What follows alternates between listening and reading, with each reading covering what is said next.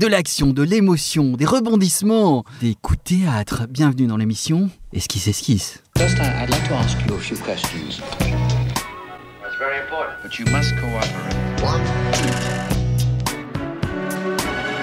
Bonjour, vous écoutez Esquisse, le podcast sur les métiers créatifs. Vous pouvez le trouver sur iTunes et les différentes plateformes de diffusion de podcasts. N'hésitez pas à le noter, le partager et surtout le commenter pour lui donner plus de visibilité.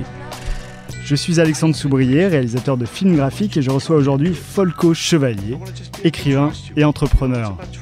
Deux métiers qui sont finalement très complémentaires. Bonjour Folco. Bonjour Alexandre. Comment ça va ? Très bien, toujours à la radio.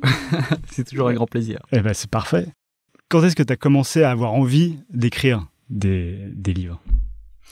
J'ai commencé à avoir envie surtout de raconter des histoires, plus qu'écrire des livres. Et c'est un rêve qui remonte à, je sais pas, très longtemps. Je devais avoir 7-8 ans.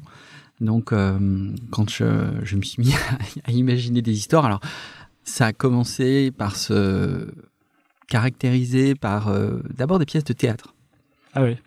J'ai créé des pièces de théâtre que je jouais en famille.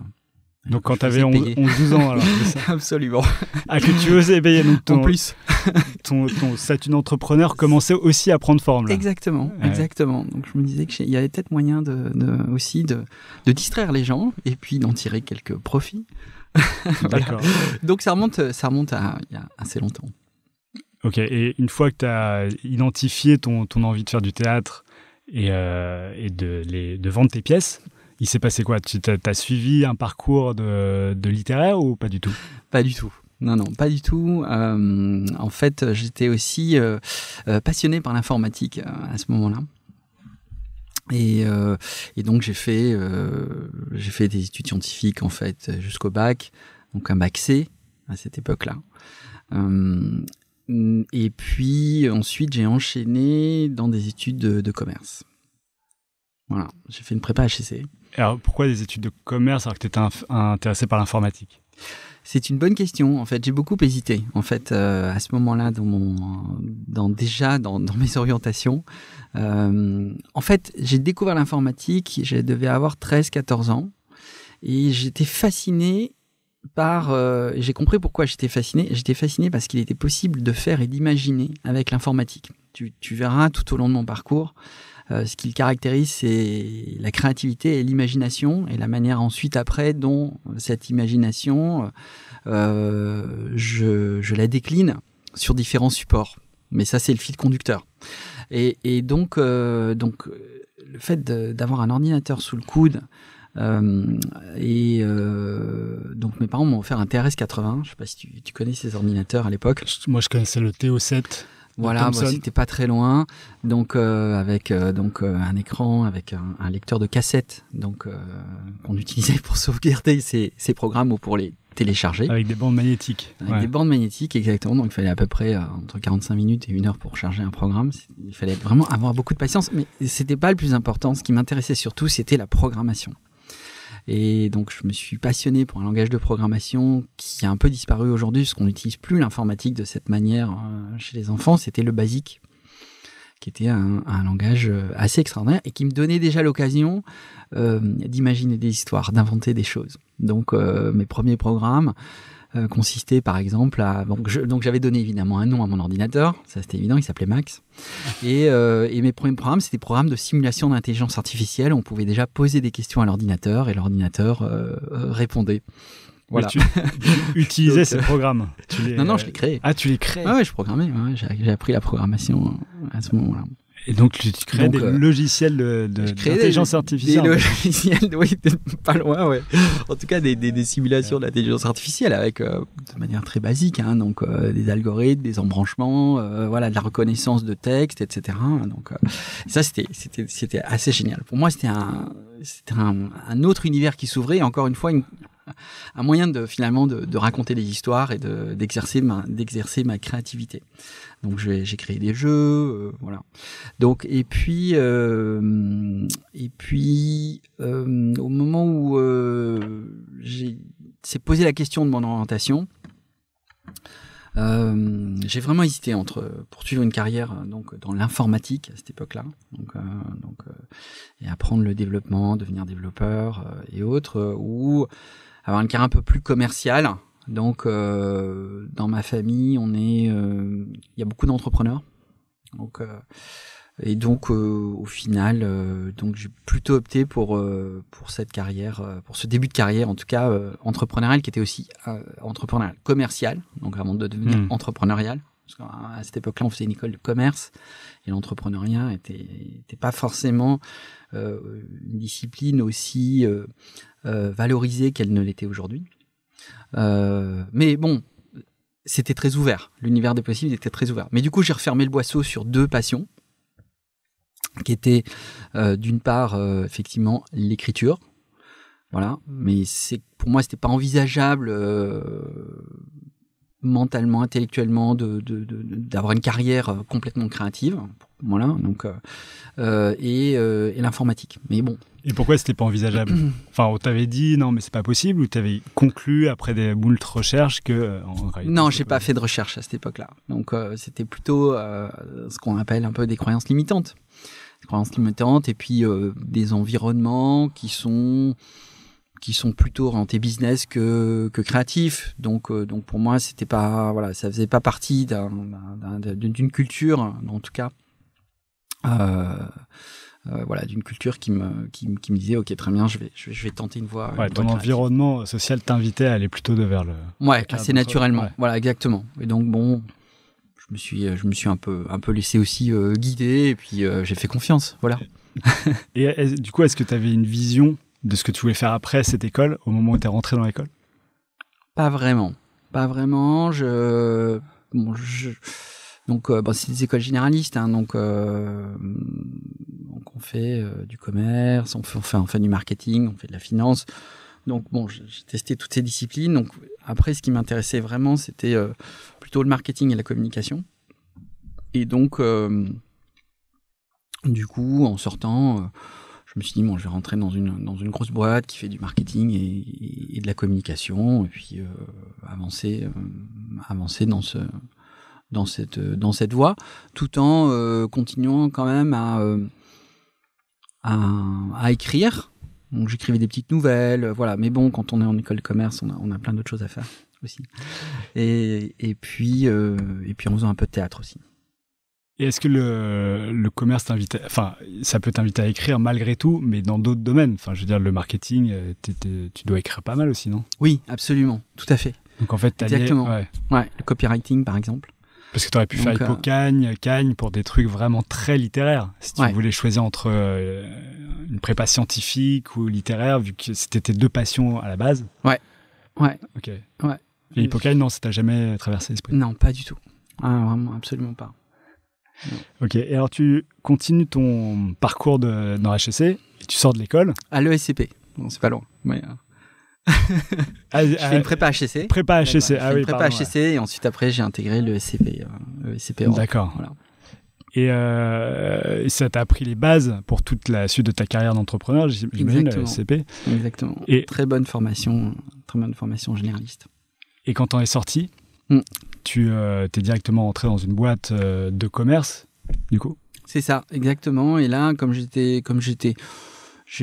le marketing, j'ai visé une des plus grosses boîtes qui pouvait continuer à me former au marketing, et c'est Procter & Gamble.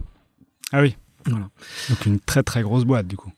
Très grosse boîte, très grosse boîte, grosse formation, et donc voilà, donc j'ai commencé ma carrière donc chez Procter & Gamble à vendre de la lessive, enfin de l'adoucissant.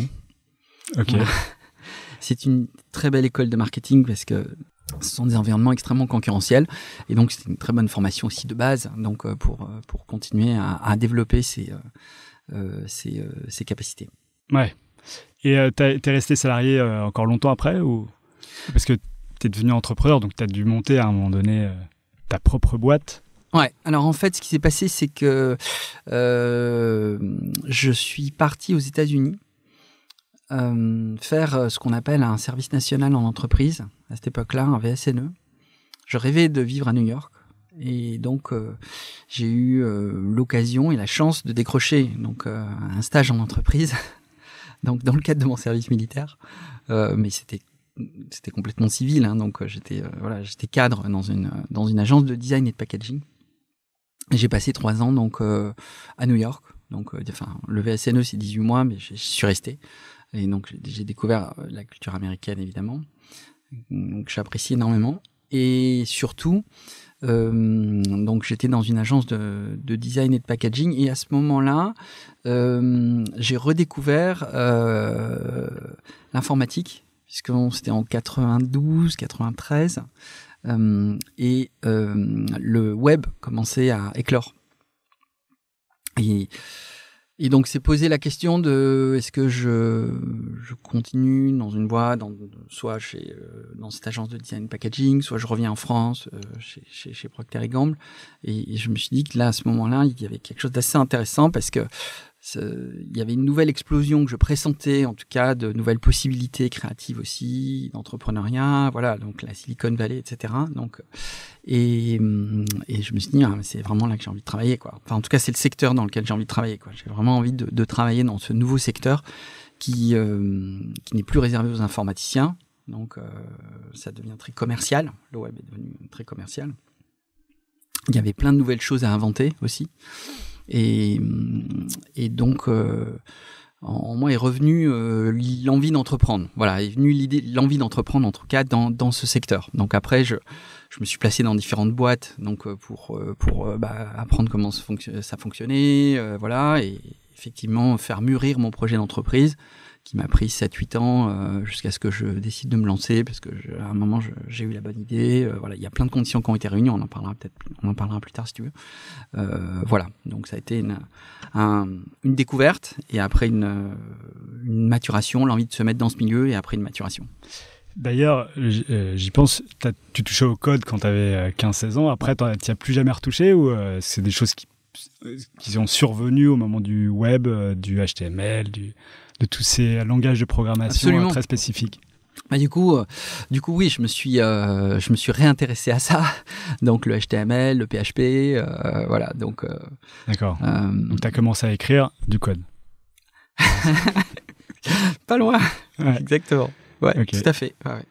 Ouais, du coup, je me suis remis à apprendre ces langages. Alors, j'étais plutôt concentré quand même sur le développement commercial et autres, donc c'est compliqué de faire les deux quand même. Surtout que le niveau de complexité est quand même pas le même. Simuler un bout de dialogue et puis monter un site de e-commerce, c'est pas le même. Mais pour moi, c'était très important. D'abord, ça m'intéresse. Et en plus, j'aime bien savoir comment fonctionnent les choses. Donc, et comme je suis très curieux de nature, je me suis acheté des bouquins et puis je me suis coltiné à créer des sites en PHP, MySQL, quoi. Donc voilà, ça c'était au début des années 2000. Ouais. Voilà, juste pour le fun. Mais j'ai passé des étés entiers, des soirs entières d'été. C'était mes devoirs d'été. D'accord. À coder, à faire des sites en PHP, MySQL. Voilà. C'est marrant. Et du coup, j'apprends ça à mes enfants là en ce moment. Pas le PHP, MySQL, mais il y a des super langages de programmation pour les enfants aussi, hein, donc qui permettent d'apprendre déjà à coder. Voilà. Avant qu'ils deviennent écrivains à leur tour. Je sais pas ce qu'ils feront, mais bon. Pendant ces 7-8 ans, qu'est-ce que tu as fait avant de monter cette entreprise? En fait, il fallait que je me mette dans l'action. Donc j'ai cherché des sociétés sur lesquelles qui pourraient être intéressées par mon profil, qui était un profil assez généraliste. Bon, je venais de sortir d'école, j'avais eu quelques années de marketing derrière moi, de communication, mais bon. Et donc je suis rentré en France parce que je pensais que c'était intéressant de se mettre en France, de placer en France assez tôt. Donc et puis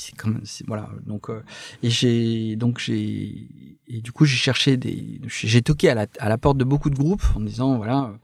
Est-ce qu'il n'y a pas des nouveaux projets qui sont en train de se lancer sur Internet, etc. Beaucoup de gens me regardaient quand même avec des billes pas possibles, parce que c'était encore en discussion, on regardait ça de très loin. C'était en quelle année, ça? C'était en 94. Ah oui.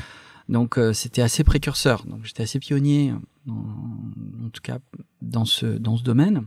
Et je suis rentré dans le projet qui était le plus abouti, un des projets qui était le plus abouti à l'époque, qui était un projet de fournisseur d'accès Internet, qui s'appelait Infony.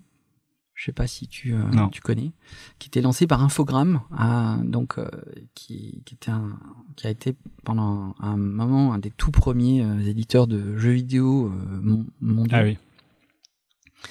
Et ils ont décidé de se lancer dans l'aventure du web avec un service en ligne qui s'appelait Infony, qui se voulait une sorte de Canal+ de l'internet. Donc il y avait un décodeur. On s'abonnait à Infony, on avait un décodeur, on accédait à des programmes qui étaient uniquement accessibles aux abonnés. Et j'avais une fonction de responsable de programme. Mon rôle, c'était d'imaginer des programmes que les abonnés pourraient regarder. Des programmes visuels, c'est ça? Des programmes interactifs, ouais. Programmes interactifs. Ouais, des programmes interactifs, voilà. Un peu comme des jeux, quoi. Des jeux vidéo. Ça s'appelle des programmes.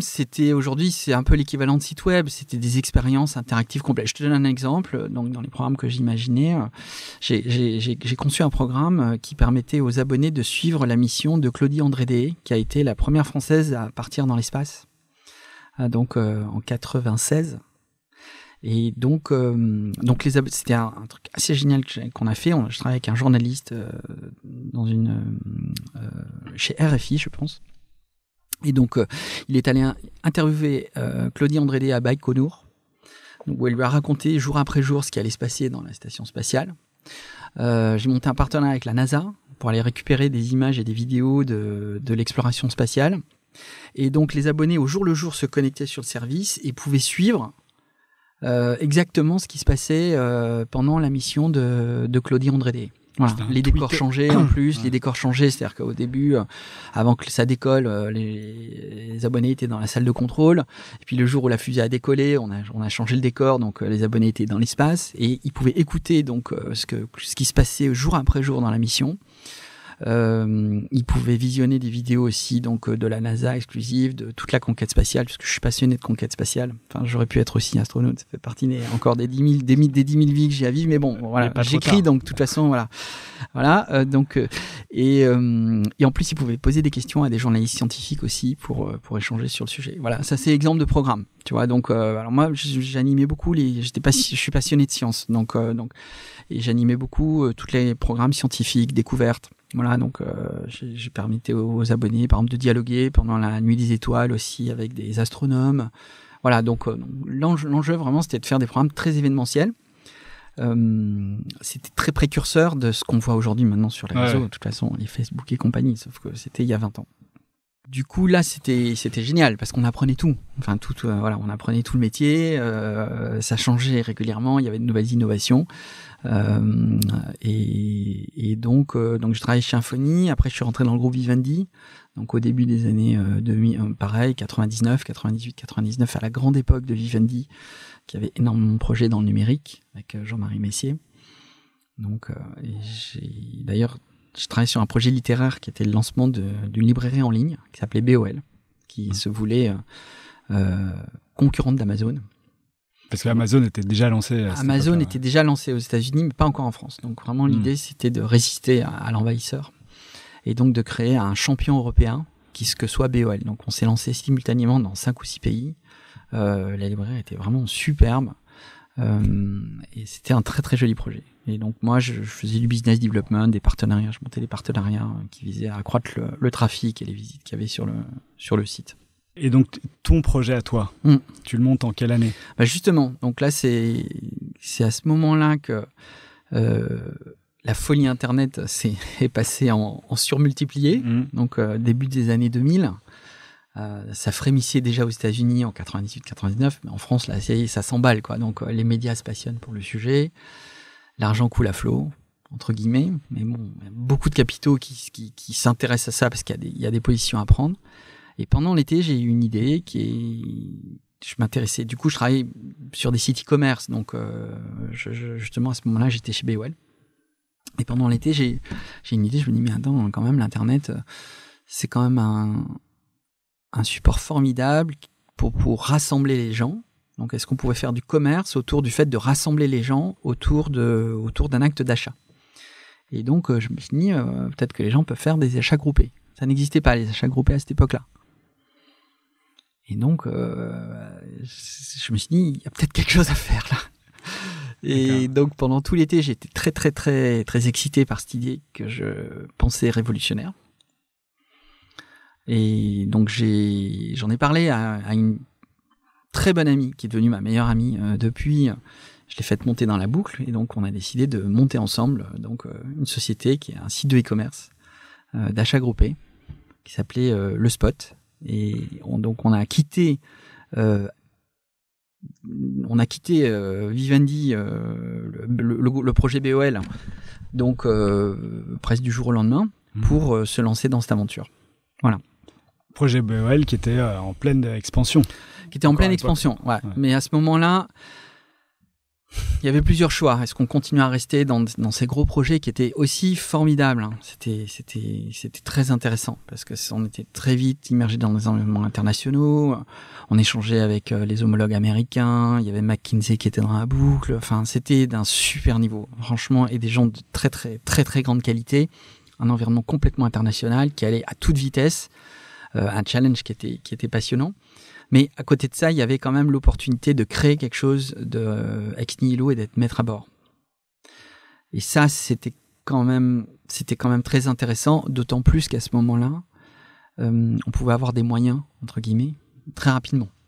Voilà. Donc moi, j'ai levé 800 000 euros pour lancer mon projet en quelques mois. Donc, avec une équipe, une présentation, mais une présentation PowerPoint. Voilà. Donc, ça marche encore. Hein, voilà. Donc voilà. Donc ça a été le début d'une aventure entrepreneuriale. C'était ma première incursion entrepreneuriale totale, en fait, avec un engagement total sur un projet complètement rupturiste. Avec des aventures incroyables. Bon, je pourrais écrire un bouquin complet là-dessus, mais voilà, sur cette aventure. Et alors cette aventure a duré combien de temps ? Un peu plus d'1 an. Donc c'était très court et très intense. Très intense parce qu'à ce moment-là,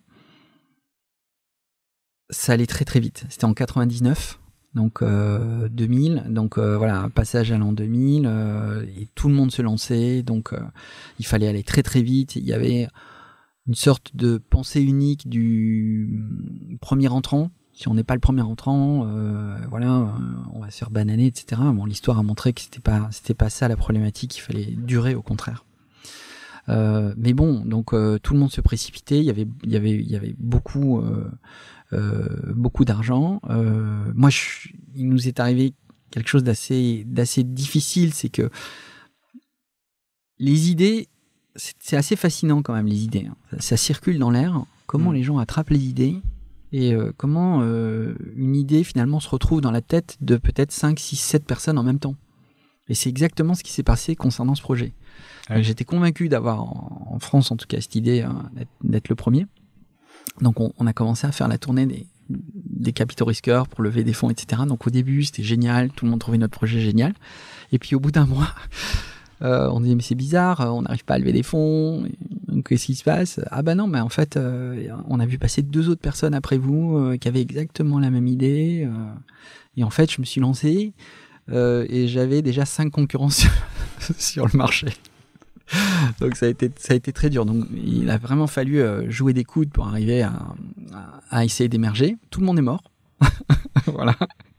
Okay. Donc parce que le concept était très en avance sur le marché et notamment il y avait peu d'acheteurs à ce moment-là. Il y avait 300 000 acheteurs en France en e-commerce, tu vois. Donc c'était vraiment très tôt. Donc les moyens étaient assez démesurés par rapport ensuite aux acheteurs qu'il y avait en face. Donc ceux qui ont réussi après, c'est ceux qui sont arrivés plus tard, du coup. Non, parce que personne. Enfin, moi, je suis arrivé le dernier sur ce marché, donc j'ai pas réussi.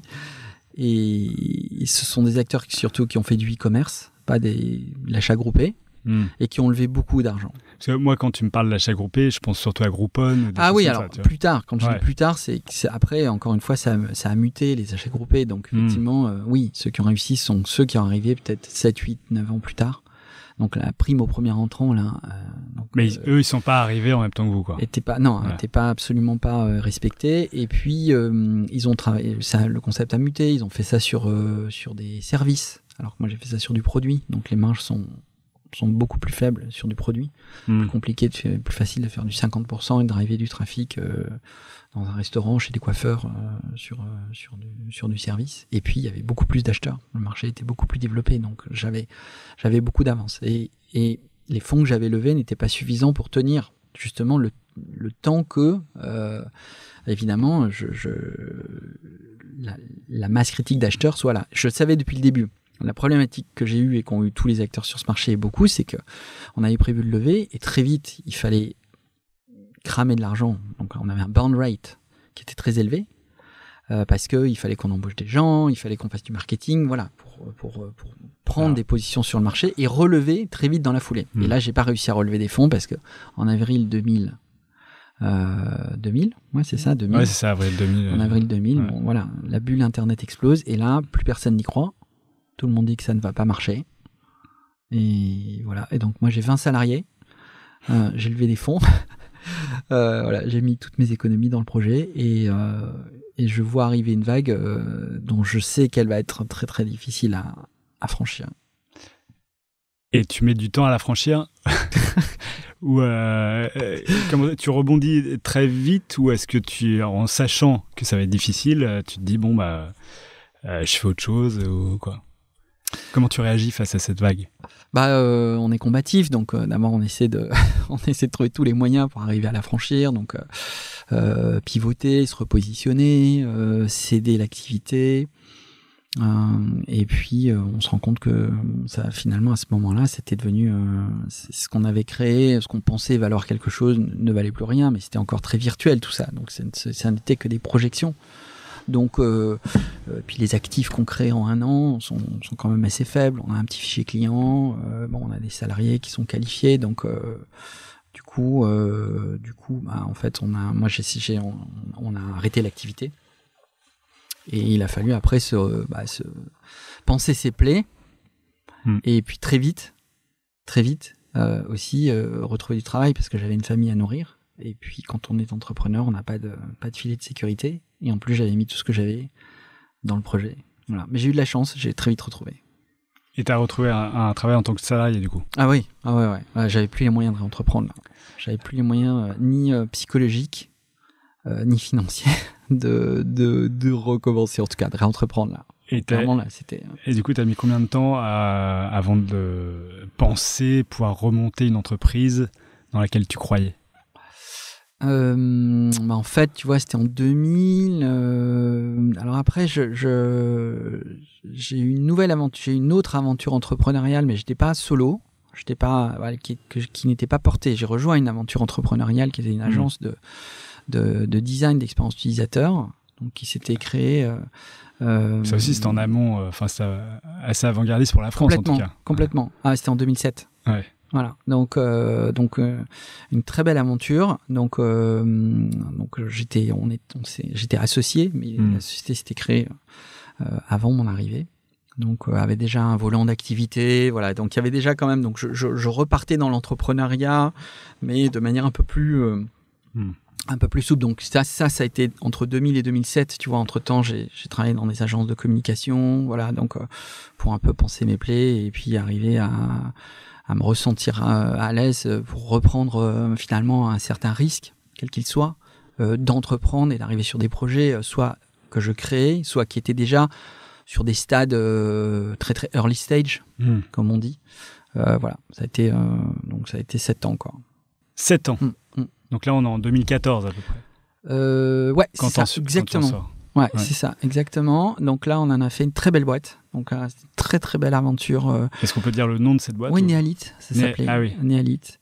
Et... Moi, je dis Nealite quand je le vois. Nealite, ouais. Mais on dit Nealite. Ouais. Nealite. Donc, qui donc vraiment très tôt, en fait, depuis le début, dès les années 2000, moi, j'étais très sensible aux produits. Finalement, la clé, elle est là, quoi.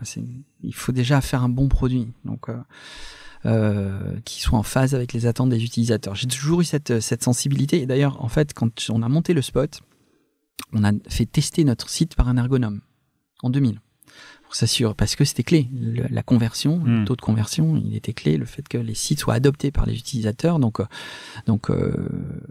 était clé. Donc ça m'a toujours animé. Et donc quand j'ai vu ce projet se monter autour de ça, je me suis dit, au vu de l'état actuel en 2007 des sites internet et de la manière dont les sites fonctionnent, etc., ou ne fonctionnent pas, par rapport aux enjeux en plus commerciaux de plus en plus importants qu'il y avait pour un site e-commerce ou un espace client ou autre qui était quand même assez majeur, je me dis, il y a de quoi faire. Il y a vraiment de quoi faire. Et en plus, l'agence a une vision très claire. Produit haut de gamme, on a recruté des experts, des ergonomes, voilà, des designers d'expérience utilisateur, des UX designers plus tard. On avait monté un laboratoire de test et donc on faisait tester des sites internet, etc. Et on montrait ça à nos clients qui étaient atterrés par ce qu'ils avaient. Mais on les aidait surtout à améliorer, à avoir des résultats et à développer leur business. Donc la proposition de valeur était canon, vraiment canon. Et on en a fait une des toutes premières agences de design d'expérience utilisateur en France. Donc avec à peu près, je pense, une 30aine de salariés. Ouais, bah, elle est plutôt assez connue. Ouais, exactement. En tout cas, dans le domaine de l'expérience utilisateur. Voilà, exactement. Ouais. Et alors, pourquoi tu en es sorti ? Alors, j'en suis sorti parce qu'en parallèle, je me suis mis à écrire justement en 2007. Donc 2006-2007.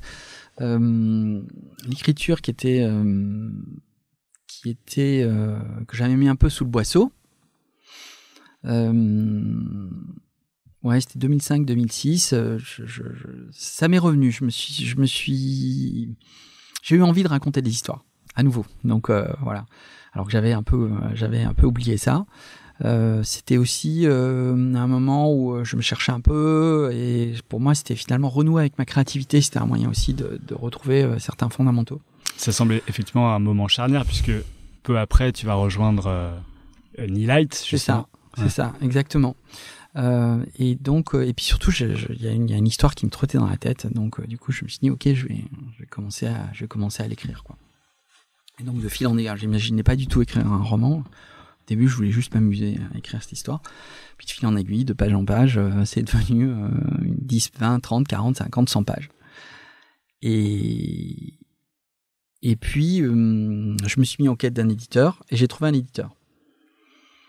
Et donc, je me suis dit, bon, c'est intéressant quand même parce que ce que j'écris, voilà, en tout cas, intéresse une maison d'édition et a une capacité à toucher un public. Donc, le livre dont tu parles, c'est Le Chant des Anges. Voilà, c'est ça. Exactement. C'est mon premier roman.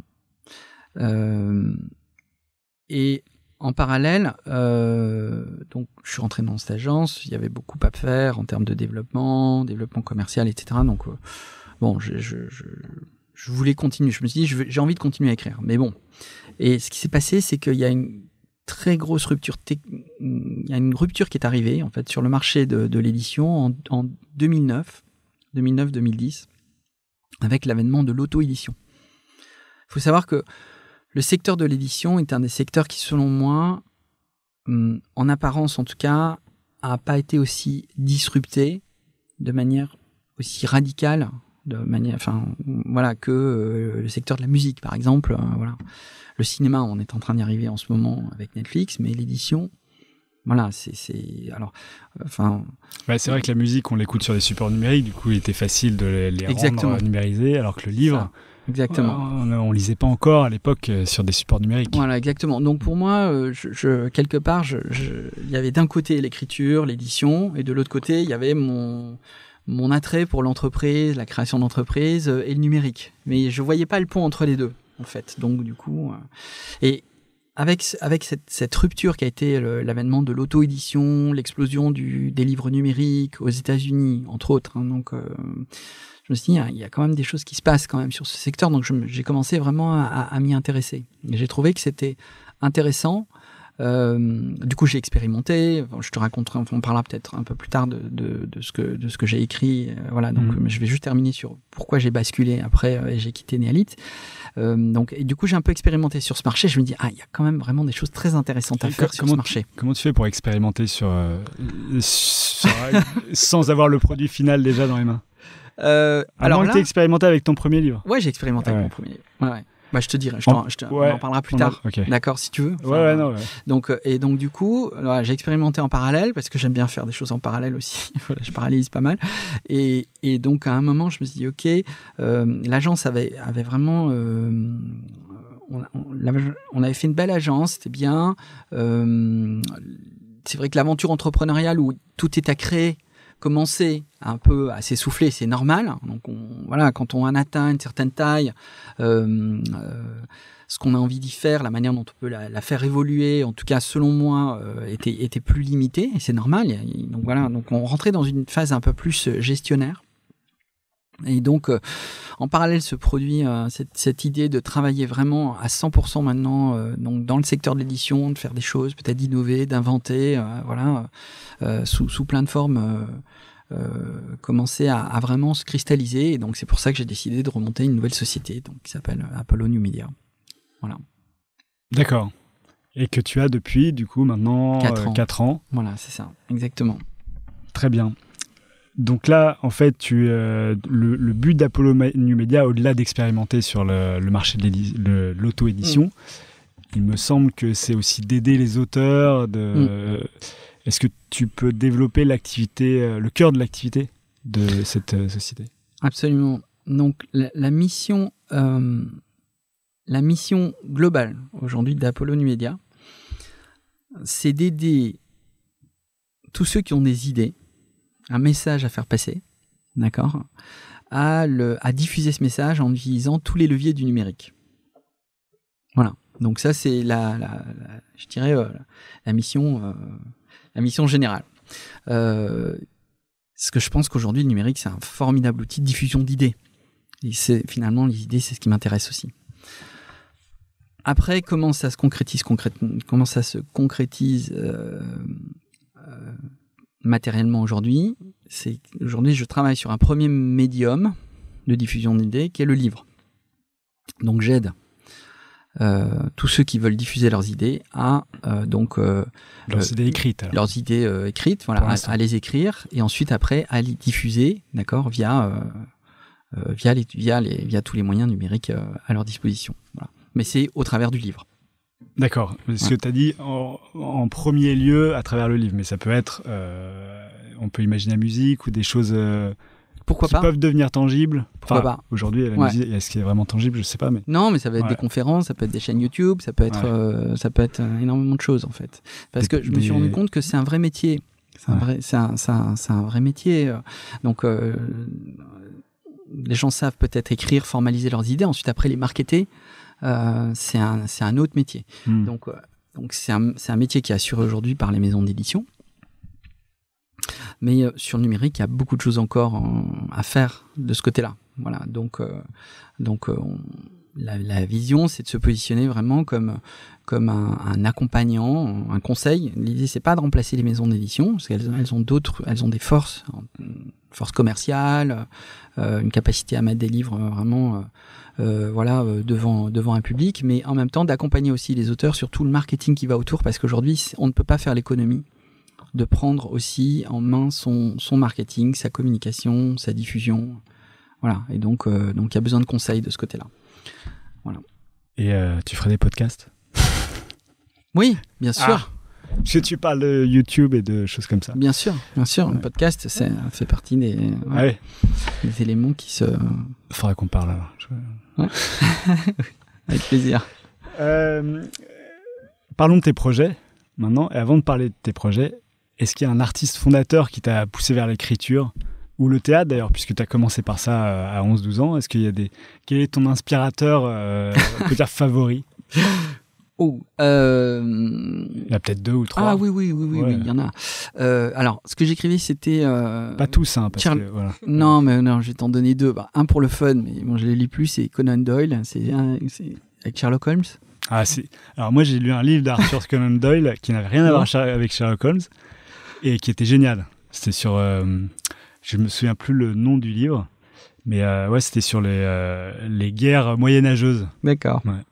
Voilà, Conan Doyle, donc Sherlock Holmes, Le Monde Perdu aussi, d'ailleurs. Et donc, mes pièces de théâtre, c'était des enquêtes. Ah oui. Pas pourquoi, ça me fascinait. Et le deuxième, surtout, auteur qui m'a énormément inspiré, c'est Jules Verne. Pour sa capacité d'imagination.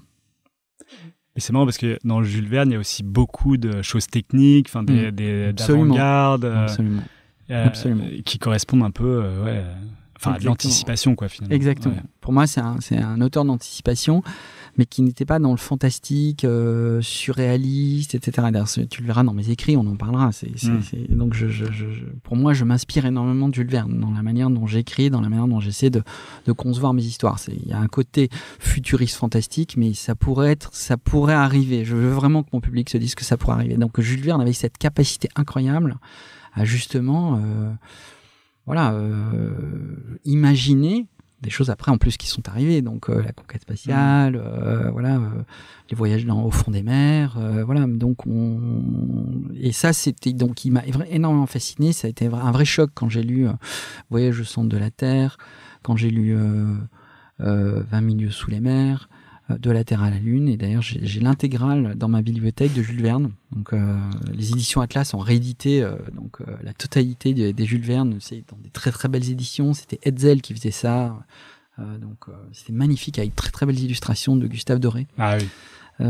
Et donc pour moi il suffit juste que je mette mes mains devant ma bibliothèque pour que j'aspire l'inspiration de Jules Verne, et ensuite après que je me mette à écrire. C'est génial. Ah ouais, c'est la télépathie. C'est mystique un peu. Ouais. Les idées, les idées. Mais dans tes bouquins, j'ai l'impression que tu parles plus de choses mystiques d'ailleurs, plus que de choses d'anticipation. Est-ce que je me trompe ou pas?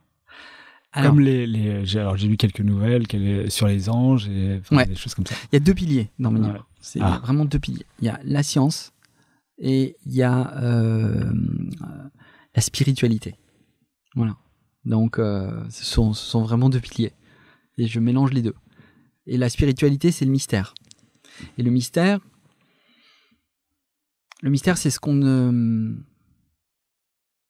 qu'aujourd'hui, on n'arrive pas à faire rentrer dans notre champ de conscience. Ce sont des choses sur lesquelles qu'on appelle mystérieuses, mais qui peut-être dans 10, 15, 20 années seront révélées par la science. Donc pour moi, le point de jonction, il est là, en fait. Entre la science et le mystère. Ouais, exactement. C'est l'écriture, le point de jonction. Non, c'est pas l'écriture. Ce que je veux dire, c'est que tu dis dans tes livres, tu parles de spiritualité, etc. Ah oui, ok. Il y a toujours un côté scientifique aussi, et après je pousse ce côté scientifique aussi au maximum. Donc vraiment, mes livres mêlent les deux, en fait. J'ai vu que un livre qui t'avait inspiré était un livre qui parlait du ranch de Bigelow aux États-Unis. Ouais. Pour en faire une nouvelle, justement, assez mystique. Mais du coup, dans cette nouvelle, tu parles. La nouvelle en question, c'est Le Chemin, qu'on peut trouver sur ton site. Absolument. folcochevalier.com. Voilà. Et qui parle pas tellement des aspects scientifiques, justement, de ce ranch de Bigelow, mais t'en fais quelque chose de plus spirituel. Oui. C'est-à-dire que t'amènes la science vers à penser spiritualité et inversement d'ailleurs. Oui, je pense que c'est une question auquel que se posent finalement les scientifiques. Après, jusqu'où ils vont? Est-ce qu'ils décident? Enfin, ils savent qu'il y a une limite. Voilà. Donc, mais enfin, en tout cas, moi, mon sentiment, c'est que il y a une part de magie quelque part dans l'univers en général. Donc, il y a énormément de choses qui nous dépassent complètement. Mais qui font partie de la manière dont l'univers est conçu. Donc, et c'est, ce qui m'anime, c'est finalement ce rapport au monde, cette réflexion. Donc, la réflexion de l'homme dans son univers et son rapport au monde, et la manière dont il essaie de comprendre l'univers. C'est mon chemin, c'est le chemin aussi que je fais. C'est comment est-ce que j'arrive à comprendre comment le monde fonctionne. Et ce qui m'émerveille, c'est qu'il y a des choses complètement incroyables donc, dans l'univers, enfin, qui nous dépassent. Il y a des notions qui nous dépassent. La notion d'infini, c'est une notion qui nous dépasse. Après, moi, je m'intéresse énormément à l'astronomie. Donc, dès qu'on lève les yeux au ciel, on est dans la magie, dans la féerie. Les trous noirs, le voyage dans le temps. Enfin, c'est pas de la Alors, voyage c'est dans pas le de la temps, ça n'a pas science-fiction. encore été observé. Pas été observé, mais les univers parallèles. Enfin voilà, on est dans l'hypothèse. Donc mais par contre, ce qu'essaie de faire l'homme, c'est une de ses quêtes aussi, c'est d'essayer de comprendre l'univers qui l'entoure. Donc il se dote d'outils qui sont des outils scientifiques Et parfois spirituels. et parfois aussi spirituels. Voilà. Donc et je pense qu'en tout cas, ce qui m'intéresse, c'est d'explorer en tout cas ces deux voies. Voilà, la mécanique quantique, par exemple, j'en parle dans mon premier roman, donc j'essaie de le vulgariser. Il y a des phénomènes quantiques qui relèvent et qu'on a prouvé scientifiquement, qui relèvent quand même, voilà, qui défient le mystère. Donc le fait que l'intrication quantique de particules réagissent de la même manière, indépendamment de leur distance, c'est quand même un phénomène assez incroyable. Voilà. Après, moi, je ramène ça aux coïncidences. Pourquoi, quand on pense à quelqu'un, cette personne éventuellement nous appelle. Voilà. Donc, voilà, il y a beaucoup de choses aussi qui m'intriguent. Et donc, j'ai envie d'explorer dans mes histoires. Alors, justement. C'est cette magie de l'univers, en tout cas, qui me fascine. Et qu'on oublie un peu trop, d'ailleurs. Je pense. Peut-être. Bon, voilà. En fait, sur cette nouvelle, du coup, le chemin, tu mets une latitude et une longitude très exactes. Du coup, moi, j'étais amené à regarder sur Google, forcément, la longitude et la latitude, savoir où on atterrissait. Oui. Et effectivement, on atterrit pile poil sur le range de Bigelow. Et je sais pas pourquoi, mais j'ai voulu voir ce que c'était avec la carte satellite. Et on voit ces grands ronds parfaits sur la carte satellite. Vu du ciel. D'accord. T'avais pas vu ça? Non, j'ai pas vu ça. Moi, je crois que c'était fait exprès parce que sur les cartes satellites, en général, tu vois pas grand-chose, mais là, justement, tu vois ces énormes ronds. Mais c'est des ronds de quoi, en fait? Justement, il me semble que c'était une histoire soi-disant mystique avec des extraterrestres qui avaient tracé ces ronds. Ah, d'accord, ok. Et du coup, je pensais que c'était fait exprès sur dans ta nouvelle. Non. Du coup, tu iras voir. Ouais, j'irai voir. Alors, juste pour info, peut-être pour les auditeurs, donc le ranch de Bigelow, en fait, qui s'appelle le Skinwalker Ranch, qui a été racheté en fait par Bigelow, donc qui est un ranch donc dans l'Utah, sur lequel il y a eu des phénomènes très très bizarres, quoi. Il y a vraiment énormément de phénomènes mystérieux, quoi. Donc des boules de feu qui apparaissent, des mutilations animales, des bruits bizarres, etc. Et donc ça a été racheté par un milliardaire américain. Ah, mais c'est le milliardaire, il l'a racheté parce qu'il y avait des phénomènes. Absolument. Ah bon. Je croyais que il l'avait racheté et qu'on s'était aperçu de phénomènes. Non. L'histoire, c'est que c'est un milliardaire qui a fait fortune dans l'immobilier, qui a monté aussi une société qui s'appelle Bigelow Aerospaces. Et justement, pour étudier ces phénomènes, donc il a envoyé des équipes scientifiques là, et elles en sont sorties assez terrifiées parce qu'elles avaient vu. N'ont jamais vraiment réussi à prouver ce qui se passait là, parce que je pense que ça dépasse l'entendement, mais voilà.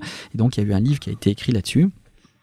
Donc, et ce ranch est extrêmement connu dans tous les milieux, ufologie, voilà, des ovnis, etc. Non, mais du coup, est-ce que c'est pas des milieux qui essayent de montrer que l'ufologie peut exister, enfin, que les navettes, enfin les phénomènes paranormaux existent vraiment? Oui, c'est ça, exactement. Enfin, ils se marquent eux-mêmes, quoi.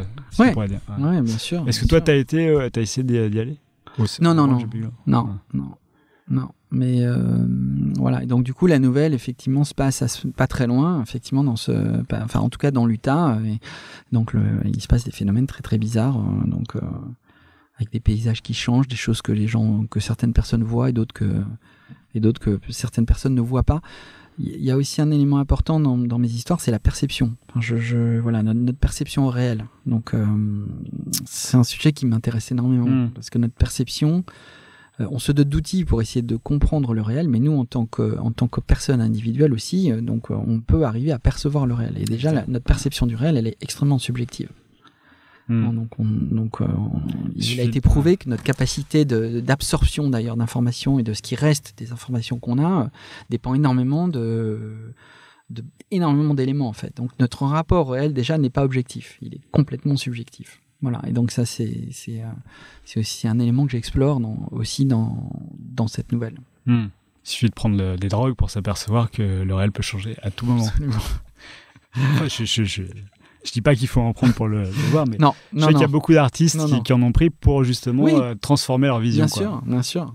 Je pense que un des rôles de l'artiste, en tout cas une des envies, pourquoi on essaie aussi d'entreprendre, c'est notre rapport à l'invisible. Finalement, la créativité, c'est complètement magique. Donc, on a des idées, on se met devant une feuille, il n'y a rien, et puis de rien, on sort des idées. Moi, je ne sais pas d'où viennent mes idées parfois, donc je ne sais pas d'où elles viennent.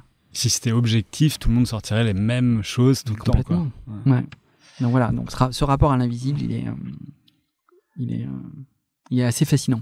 En parlant de ton premier livre, Le Chant des Anges, ce qui est intéressant tout à l'heure, qu'on n'a pas développé, c'était comment tu as été amené à expérimenter l'auto-édition sur ce livre, justement.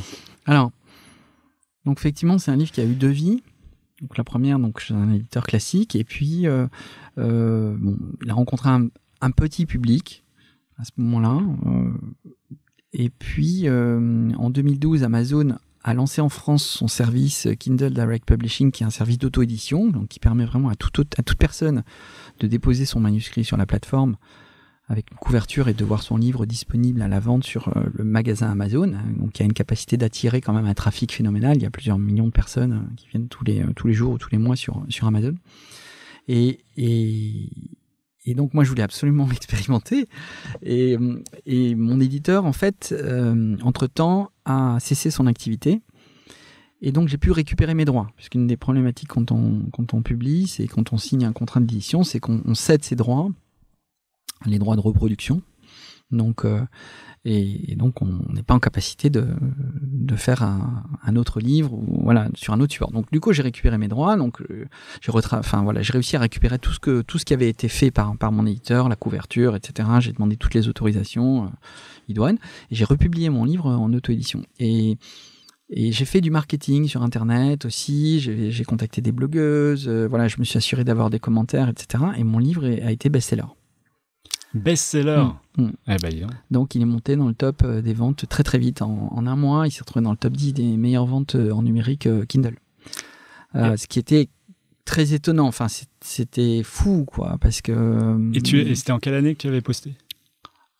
C'était en 2012. 2012, ouais. Enfin juste à la sortie de cette possibilité de... Absolument, ouais. J'ai été précurseur là-dessus. Je voulais vraiment... Donc j'ai eu de la chance parce qu'effectivement, je pense que j'avais bien travaillé avec mon éditeur, j'avais retravaillé aussi mon histoire et on avait fait un gros travail là-dessus. Donc il était bien packagé, j'avais une super couverture et puis j'ai fait du marketing autour et c'était fou parce que pendant l'été, je faisais refresh sur mon téléphone et je voyais les ventes tomber. Mais c'était complètement dingue. En plus, on peut voir ses ventes en temps réel dans l'auto-édition, on peut voir son classement en temps réel. C'est malheureusement un peu addictif aussi. Mais voilà, il s'est très bien vendu. Et il continue à très bien se vendre d'ailleurs. J'en vends encore énormément numérique. Et quand tu dis que tu travaillais avec ton éditeur, tu avais un éditeur alors, à cette époque-là ou... Oui, non, j'avais travaillé pour la version papier. Ouais, pour la version papier. Voilà. Donc tu avais repris la façon dont tu avais travaillé avec l'éditeur sur cette version. J'ai repris le manuscrit, tout le marketing. Tu l'as fait toi-même ? Ouais, j'ai assuré tout le marketing, bien sûr. Et alors, comment ça se passe, faire du marketing ? Enfin, quand tu es auteur et que tu veux faire ton propre marketing, toi, tu viens du domaine du marketing, du coup, c'est plus facile pour toi. Ça se passe comment ? T'envoies des mails, des newsletters, sur tous les réseaux ? Oui, le truc classique. C'est toutes les démarches qui consistent à faire connaître ton produit aux bonnes personnes. Donc, donc ça s'est sophistiqué de plus en plus maintenant. On peut faire énormément de choses, on peut faire de la publicité. À cette époque-là, c'était surtout contacter des relais d'opinion, des personnes qui pouvaient parler de mon livre. J'ai découvert qu'il y avait une communauté extrêmement active sur le net, de blogueuses. Donc on parle beaucoup des livres sur Internet, énormément sur Internet, sur Instagram. Donc ce sont des personnes qui sont très impliquées, qui ont des audiences phénoménales, plusieurs milliers de visites par jour. Donc quand une personne chronique ton livre, tu as une exposition quand même assez formidable. Donc tu vas voir ces influenceurs. Après, il y a aussi comprendre comment fonctionnent aussi les librairies en ligne, parce qu'on peut faire du marketing aussi sur la plateforme Amazon. Il y a des outils marketing, faire des opérations promotionnelles, bien positionner son produit en termes de prix, travailler son descriptif. Voilà, donc je vais pas faire un cours de marketing là-dessus, mais en tout cas la bonne nouvelle c'est qu'on peut faire beaucoup de choses. On a énormément d'effets de levier, donc on n'est pas... et c'est ça qu'il faut comprendre et que je fais comprendre aussi à mes clients, aux auteurs que j'accompagne, c'est que ils peuvent avoir écrit un super bouquin, s'ils mettent pas de l'énergie dedans, du marketing, donc avec une bonne stratégie, il y a tellement d'offres et on est tellement sursollicité aujourd'hui que il sera peut-être très bon, et c'est ce qui s'est passé, en tout cas, mon livre est peut-être pas très bon, mais en tout cas, il n'a pas eu l'attention qu'il méritait dans sa première vie, et j'ai réussi en tout cas à lui faire trouver son public. Donc je suis la preuve vivante qu'effectivement, on peut faire des choses, et il faut se donner tous les moyens. Après, c'est le public qui décide. Il y a le bouche à oreille qui s'enclenche, il y a plein de choses, mais en tout cas, là, il faut déjà faire ses meilleurs efforts, best efforts. C'est très important. Donc mettre de l'énergie là-dedans, qu'on soit édité ou auto-édité ou édité, c'est pareil maintenant. Donc il faut mettre de l'énergie. Alors quand tu dis best efforts, comme ça, avec ce petit accent américain, c'est sorti d'une stratégie marketing que tu as lu dans des livres ou des choses comme ça, ou c'est toi qui l'as trouvé Non, je me suis énormément rapproché d'auteurs américains. Qui ont cette... Tu parlais avec eux, tu discutais avec eux de comment eux ont fait. Ouais, dans des forums, je fais partie de forums, de groupes Facebook, ils font énormément de formations aussi en ligne, donc des auteurs qui vendent des millions d'exemplaires que je connais maintenant personnellement, donc avec lesquels je discute, et je les ai observés, et du coup j'ai importé ces méthodes, et je les ai reproduites sur le marché français avec une réelle approche structurée, stratégique. Mais les Américains ils ont cette capacité, je trouve, en tout cas, à faire une bonne fusion entre la créativité et le marketing. Alors peut-être un peu trop, parfois au goût des Français. On n'a pas cette culture, donc ça peut être, ça peut déranger. Mais en tout cas, moi, ça m'intéresse d'explorer cette voie, et c'est une voie en tout cas qui peut donner des résultats. Voilà. Donc. Complètement, ouais. Qui peut et qui en a donné. Et qui en a donné. Voilà. Donc, ça a été pareil. J'ai réappliqué ces méthodes sur mon deuxième livre qui a été best-seller aussi, qui s'est très très bien vendu. Donc bon. Voilà, donc en tout cas, et les Américains sont très très très très bons là-dessus. Pour eux, c'est très important. Donc, et voilà, c'est le marketing, ils savent faire, quoi. Et donc, ce deuxième livre qui s'appelle Par-delà les apparences, qu'on peut aussi trouver sur ton site, qui est plutôt mis en avant sur ton site. Là, qui est sorti dans toutes les librairies maintenant. Ouais, mais alors, voilà, le chemin était un peu inverse par rapport au Chant des Anges. Absolument. C'est-à-dire que tu as fait ton auto-édition comme sur le Chant des Anges. C'est ça. Et un éditeur t'a rappelé pour te dire qu'il aimerait bien l'éditer. Et par rapport à ton expérience précédente, tu t'es dit, c'est le bon moment, c'est mieux d'avoir un livre édité que de faire que de l'auto-édition. Comment t'as pensé, qu'est-ce que tu t'es dit au moment où l'éditeur t'a appelé pour te dire j'aimerais bien l'éditer?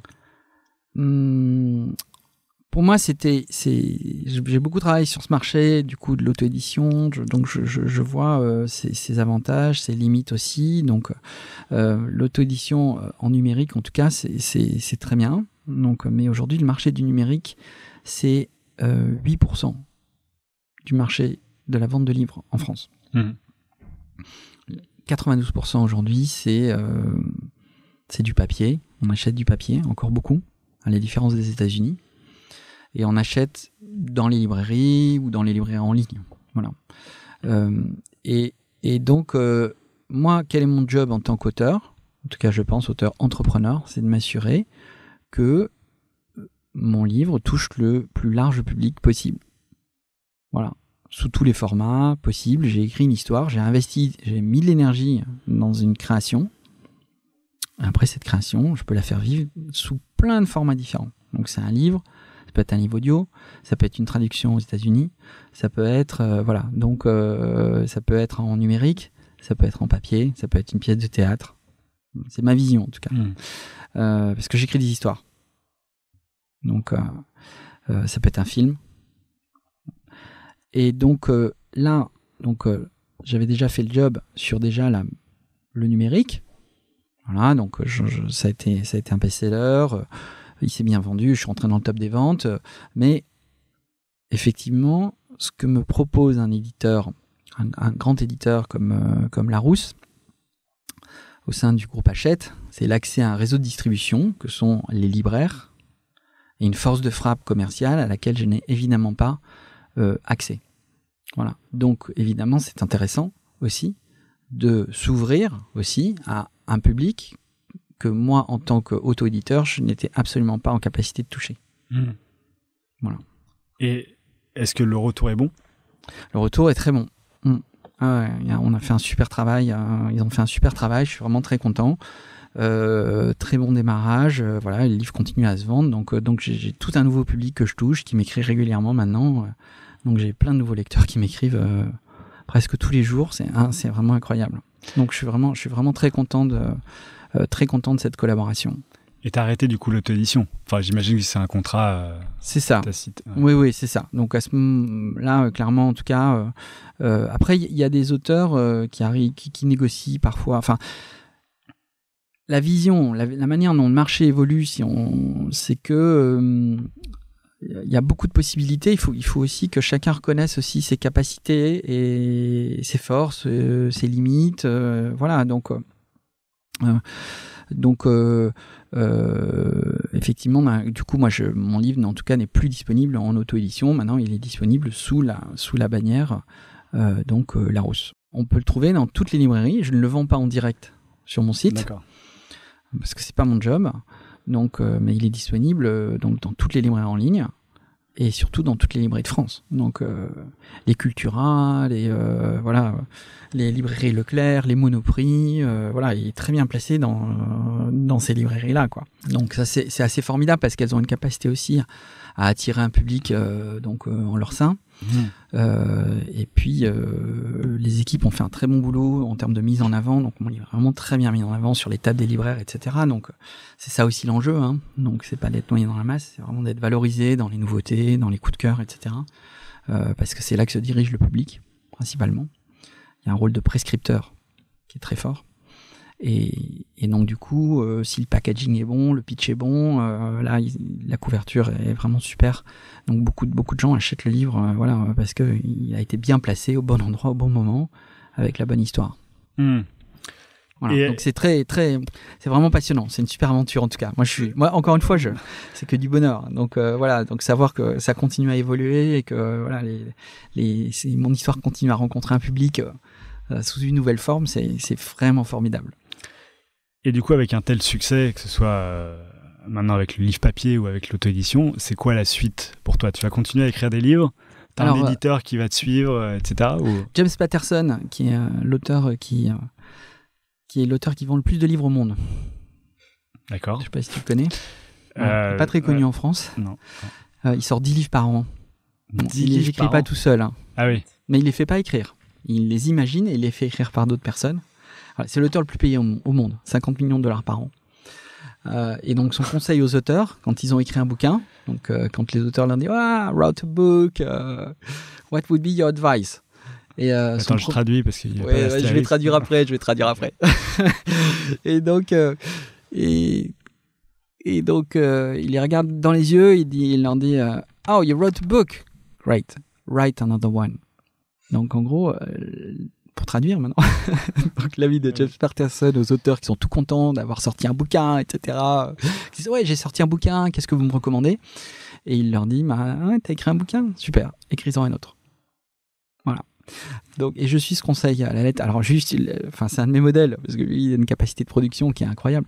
Mais c'est vrai que une carrière, ça se construit aussi sur la durée. Il faut produire. Voilà, donc après on peut toujours être frappé par la foudre, comme on dit, et sortir un best-seller qui va se vendre à 500 000 exemplaires dans le monde entier, etc. Ce qui arrive à James Patterson ? Non, absolument pas. Lui, vraiment, il n'a pas commencé comme ça. Il produit beaucoup, il a fidélisé un public maintenant qui quand il voit un livre de James Patterson, achète un James Patterson. Donc voilà, donc c'est la marque. C'est sa production. Ouais, en fait, ça devient un produit, quoi. C'est devenu un produit, ouais. C'est devenu une marque, une marque de fabrique. Ouais. Donc c'est un modèle vraiment très intéressant. Il est distribué par une grande maison d'édition, par le groupe Hachette.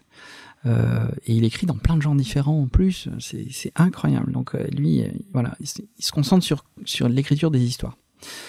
Et donc voilà, donc ça se construit sur la durée. Il faut produire, il faut écrire, il faut continuer à écrire. J'ai un public, j'ai une communauté aussi, une tribu que je suis en train de constituer, justement en utilisant les leviers digitaux. Donc je donne l'occasion vraiment à mon public de me contacter. Je dialogue énormément avec mes lecteurs et mes lectrices.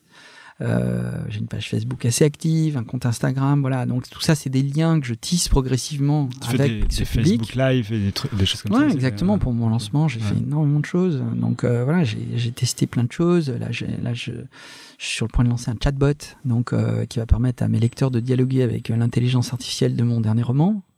Voilà. Ah, carrément. Que je programme d'ailleurs. Une intelligence artificielle. Que je programme. D'accord. Donc t'imbriques les choses réelles avec les choses plus ou moins virtuelles. Voilà. Donc j'expérimente et. Que tu programmes toi. Ouais, je le programme. Ouais. Ouais. Tant qu'à faire. C'est ça l'idée, hein. Okay. C'est une histoire, de toute façon. Je raconte une histoire. Et tu pourrais programmer une. On peut déjà le tester d'ailleurs. Elle est déjà en test. Elle est déjà en test sur ma page Facebook. Si tu tapes contacter l'auteur, tu pourras dialoguer déjà avec Eve. Ah, qui s'appelle Eve. Ouais. Comme le petit robot dans Wall-E. Oui, c'est l'intelligence artificielle de mon dernier roman. Qui s'appelle. C'est avec elle que tu peux dialoguer. Voilà.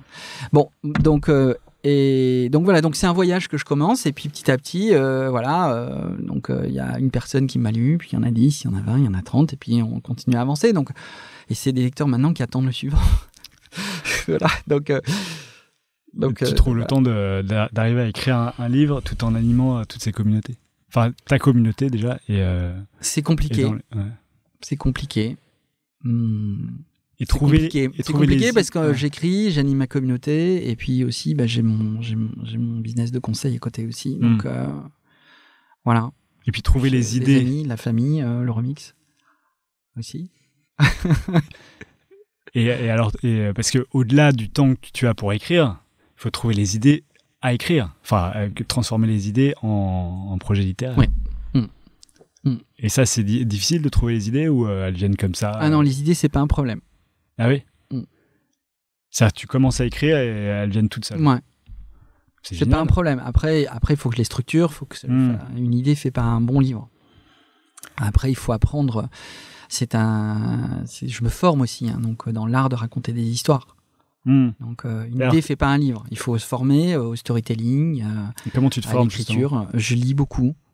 Tu lis beaucoup des bouquins sur le storytelling, ou est-ce que tu lis raconter des histoires? Ah oui. Comment raconter des histoires? Et tu as des livres comme ça particulièrement bien sûr. qui ressortent du lot?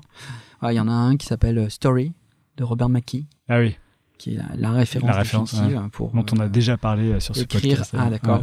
Qui pour moi, quand je l'ai lu, m'a complètement renversé. Qui apprend à pas écrire des livres. Il apprend à écrire des scénarios. Et plus que des scénarios, raconter des histoires. Encore une fois, raconter des bonnes histoires avec des bons personnages, avec un bon sujet, de manière entraînante. C'est un art. Donc, de manière entraînante, avec un rythme. Avec un rythme, voilà. Moi, c'est comme ça que j'écris. Donc, c'est un art. Donc, après cet art, il faut le pratiquer. Et puis, il faut se former aussi. Il faut apprendre. Il faut, voilà, c'est un chemin. Donc, voilà, je débute. Je suis complètement débutant. Donc je continue à travailler sur l'ensemble de ces éléments qui sont effectivement écrire, apprendre à écrire toujours. Donc travailler ma technique. Voilà, et puis aussi développer aussi travailler ma communauté, arriver à équilibrer l'ensemble. Donc je pense que par contre c'est vraiment important d'être bien impliqué dans cette communauté aujourd'hui, je pense personnellement. Pour moi c'est ma marque de fabrique aussi. C'est ce que j'ai envie de développer. Voilà. Est-ce que j'arriverai en termes de scalabilité à arriver à scaler le truc? Je sais pas, mais en tout cas c'est important. Pour moi ça compte. En tout cas c'est l'image que j'ai envie d'avoir. En tant qu'auteur, c'est ce que j'ai envie de faire. Voilà. Et t'expérimentes beaucoup au niveau ficelle, scénaristique, des choses comme ça ou pas? Enfin, ou est-ce que tes livres te permettent justement d'expérimenter, de voir si c'est bien reçu ou pas? Je produis pas assez pour être vraiment dans une logique expérimentale. Donc, j'écris un livre et puis je vois comment ça réagit. Donc, voilà, c'est écrire un livre, ça peut prendre 3 mois, 6 mois, 1 an, 2 ans. Voilà, moi, j'ai des objectifs très ambitieux. Quels sont-ils justement? J'aimerais sortir à minima un livre par an, un roman par an, à minima. D'accord. Voilà. Donc, alors c'est possible, il n'y a pas de problème. Il y a des auteurs américains qui sortent 3, 4 bouquins par an. Donc, même qui en sortent 10, visiblement. Voilà, donc 10 en se faisant aider. Il y en a d'autres vraiment qui arrivent à en sortir 3, 4 par an. Ils arrivent à produire énormément. Donc voilà, il y a énormément de techniques à mettre en place pour ça. Il faut avoir les bonnes idées, la bonne technique. Voilà. Et à terme, t'imagines te faire donc aider? Là, j'ai sorti 2 romans en 10 ans, tu vois. Donc pour le moment, j'y suis pas. Mais bon, j'avance. Mais est-ce qu'à terme, t'imagines te faire aider par d'autres écrivains comme James Patterson? Est-ce que c'est quelque chose que t'envisages? Ça peut être intéressant. Ouais, ça peut être intéressant. Donc, James Patterson, pour info, d'ailleurs, se fait aider, mais il se fait aider de manière explicite. Donc, en fait, c'est James Patterson. Il y a le nom des 2 personnes sur la cover. Hein. D'accord. Parce qu'il y a des écrivains qui ne le disent pas et qui... C'est pour ça que je le précise. Okay. Donc, c'est James Patterson en collaboration avec un tel. D'ailleurs, j'aimerais bien travailler un jour avec lui. Alors, moi, c'est un des regrets que j'ai aujourd'hui, c'est que là, du coup, c'est l'hypermarche, c'est d'arriver à écrire en anglais et d'être au contact pourquoi pas de ces auteurs et de travailler avec eux. Mais là, je maîtrise pas suffisamment l'anglais, donc je pense que ça sera dans une autre vie. Ou alors de te faire traduire, tout simplement. Me faire traduire, certainement. Bien sûr, ça c'est mon objectif. Hein. Donc, parce que en plus mes histoires sont vraiment assez universelles. Se passe aux États-Unis avec des personnages anglo-saxons, donc il n'y a aucun problème pour la traduction. Donc pour moi, ça fait partie des objectifs court terme. Mais ce qui serait super, ce serait d'écrire en anglais. On touche quand même un autre marché. Ouais. Bon, je ne suis pas là. J'essaierai un jour. Why not? Et voilà. comment est-ce que tu sais que ton livre est terminé? Parce qu'à un moment donné, tu peux y passer 3 mois, 4 mois. Est-ce que tu te donnes des objectifs deadline en disant à cette date, il faut que mon bouquin soit fini ou pas? J'essaye, mais après, les deadlines, elles bougent. Donc, tu pourrais y passer autant de temps que tu penses pouvoir y passer, et du coup, y passer 2 ans, 3 ans ou Alors, à quel moment tu sais la manière, en tout cas, moi, dont je fonctionne, c'est que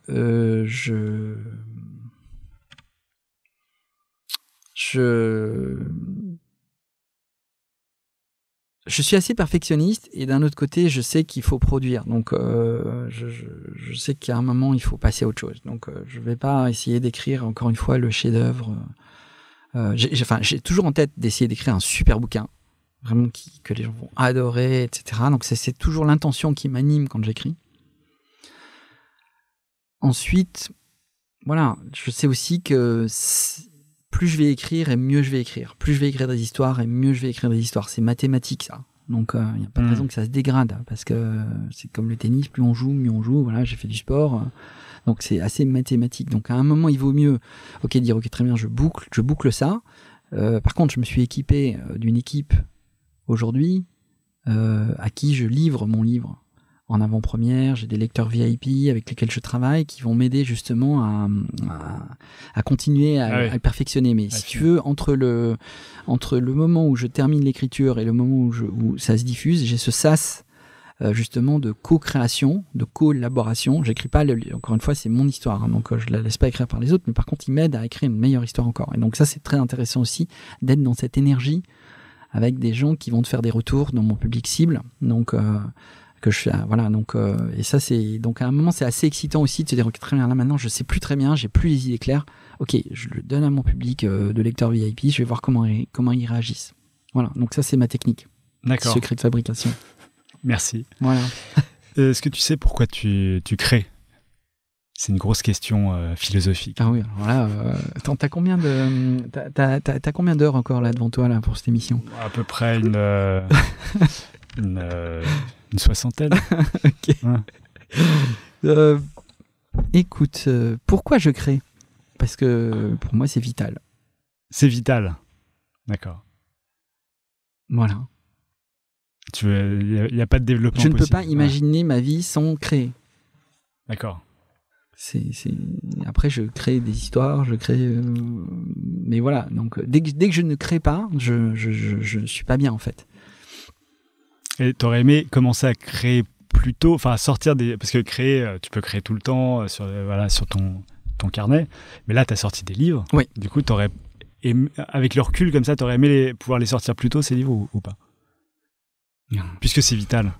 Enfin, je veux dire, j'ai toujours créé. Après, il y a différents stades de développement. Quand j'étais chez Infony, par exemple, là, que je créais une nouvelle émission, et que cette émission, tu vois, c'est une démarche de création. Ouais, ok. Création d'entreprise. Voilà. Infony, non. Là, Infony, non. J'avais un job il y avait une part de création qui était très forte, tu vois. Donc, il fallait imaginer un programme, monter une équipe. C'était comme quasiment une sorte de film interactif, tu vois, ça ressemblait à ça. Créer une entreprise, évidemment, ça c'est une autre forme de création. C'est vrai que la création est finalement partout. Ouais. Ouais, elle est partout. Donc, après, il faut en être conscient et puis il faut se dire, OK, j'ai envie de creuser quand même ce point-là. Après, créer un livre, c'est une forme assez ultime, entre guillemets, de création. Voilà. Parce que la création d'entreprise, c'est pas toujours très personnel. Alors que là, l'écriture d'un livre, c'est quand même. Tu mets tes tripes dedans. Oui, quoi. Sauf que si tu veux, moi, mes entreprises, quand je les ai créées, elles ont toujours reposé sur une vision. C'est la personnalité que tu mets dedans.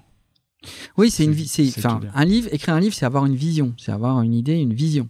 Donc, les entreprises que je crée, c'est souvent des entreprises qui sont sur des produits innovants. Donc, il y a une partie de créativité. Je pourrais être créateur d'entreprise et puis monter des chaînes, monter des restaurants. Tu vois, moi, ce qui m'intéresse si je monte une chaîne de restaurants, c'est monter une chaîne de restaurants nouvelle génération. Voilà, c'est de l'innovation. D'accord. C'est là-dedans que je mets, tu vois, pour moi, c'est là où je pense être le meilleur, en tout cas. D'ailleurs, après, sur la gestion, je suis moins bon, donc il vaut mieux que je sois épaulé par des personnes qui, elles, vont plutôt être bonnes, vraiment pour serrer les boulons, voilà. Chacun son job. Et encore une autre question sympathique. Ok. Qu'est-ce que la réussite ? Oula. Alors, la réussite. Pour toi, j'entends pas la réussite au sens large, quoi. Est-ce que tu penses avoir réussi ? Parce que tu t'éclates quand même dans ce que tu fais aujourd'hui. Du coup, tu produis pas mal, t'as du succès. En tout cas, ça frémit. Ça réagit, en tout cas. Voilà. Donc, la réussite, c'est faire ce qu'on aime. Enfin, pour moi, c'est vraiment arriver à faire ce qu'on aime, être payé pour faire ce qu'on aime, je pense, en tout cas. Donc, avoir un retour aussi qui te permet de continuer à faire ce que tu aimes. Voilà. Donc, parce que l'énergie que tu envoies, elle t'est renvoyée. Et tu peux continuer à rentrer dans cette danse-là qui est positive, qui te nourrit, qui donne envie d'aller de l'avant. Voilà. Donc pour moi c'est ça, c'est continuer à faire ce que j'aime et en même temps pouvoir en faire un métier, quoi. Arriver à gagner suffisamment d'argent en tout cas pour pouvoir continuer dans cette voie. Et puis nourrir ma famille. Okay. Alors, moi déjà ça c'est top, quoi. C'est top. Après après ça se reflète sur après la manière dont on est, les gens avec lesquels on interagit, les milieux dans lesquels on est. Voilà. Très bien. Mais ça me satisfait. Bon écoute. Je suis ravi. Et la dernière question, est-ce que tu as un livre ou quelque chose qui t'a vraiment plu ces derniers temps que tu aimerais recommander ? Il y a une lecture qui m'a beaucoup... je lis beaucoup de livres de développement personnel, techniques d'amélioration professionnelle, donc autour du un peu business personnel. Et il y a un livre qui s'appelle Clarity, donc d'un auteur qui s'appelle Jamie Smart, qui est très intéressant. C'est une nouvelle approche de la psychologie, de sa psychologie personnelle, en fait. Et donc c'est un livre qui lève énormément le voile sur comment est-ce qu'on peut arriver à retrouver la clarté d'esprit. Parce que très souvent, notre esprit est embrumé par énormément de choses. Donc, justement, dans notre rapport au monde. Donc, on se fait des films. On se fait vraiment, vraiment, vraiment beaucoup de films. Tu parles de la subjectivité de la réalité, quoi. Oui, et puis des films intérieurs sur ce que peut être ce qui se passe aujourd'hui, ce qui va se passer demain, qui n'arrivera jamais dans 99% des cas, parce que voilà, mais sauf qu'on se fait déjà le film.